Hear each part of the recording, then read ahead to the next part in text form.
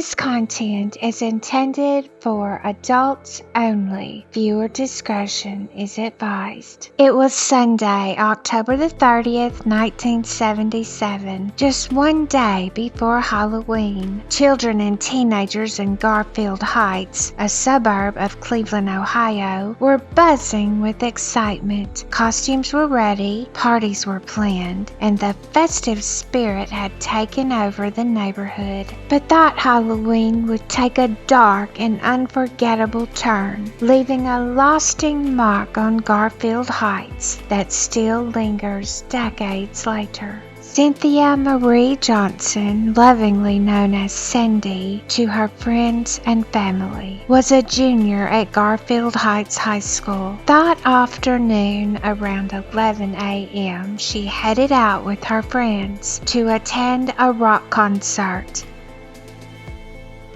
at Edgewater Park in nearby Lakewood. They stayed at the concert until around 4 p.m., after which Cindy and her best friend Terry returned to Cindy's home. The two spent a couple of hours chatting in the kitchen before deciding to go out again. Cindy confided in Terry that she planned to meet a man later that night in a parking lot at Garfield and Turney Roads, a popular teen hangout just across from Garfield Park. This man, 39 years old, was reportedly a friend of her stepfather and someone Cindy had met several times before. Before leaving, she told her mother, Pearl, that she would be home by midnight. Around 9 p.m., Terry walked with Cindy toward the parking lot, but turned back before they arrived. Cindy continued on alone.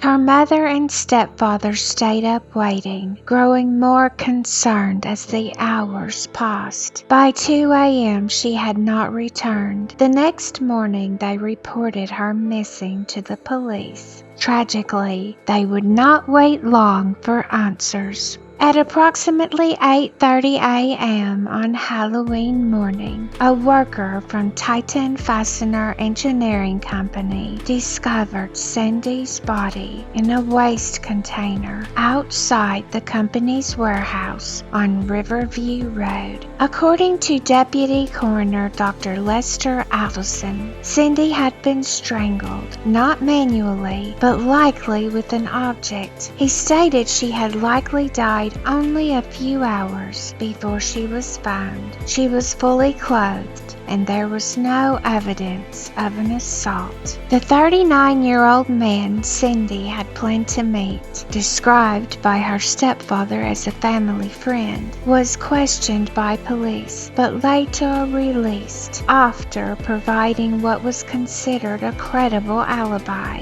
With no other leads, the case went cold. Years later, Cindy's family urged Independence Police to revisit the case, especially after receiving messages from people who had known Cindy. Though the case was reopened, progress has remained slow. To this day, her killer has not been found. Her family, however, has never given up. They continue to seek justice and have vowed to keep fighting for Cindy's memory.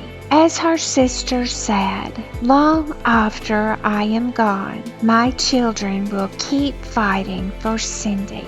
If you have any information, no matter how small, that could help identify the person or people responsible for Cindy's murder, please contact Crime Stoppers of Cuyahoga County at 216-252-7463. You can remain anonymous. Thank you for taking the time to learn about Cindy's story. These are not just cases. They are real people with loved ones who are still searching for answers. If you found this video meaningful, please consider sharing it. Sometimes it only takes one person coming forward to make a difference. Let us keep Cindy's memory alive and never forget that every victim deserves justice. Until next time, take care of yourselves and one another,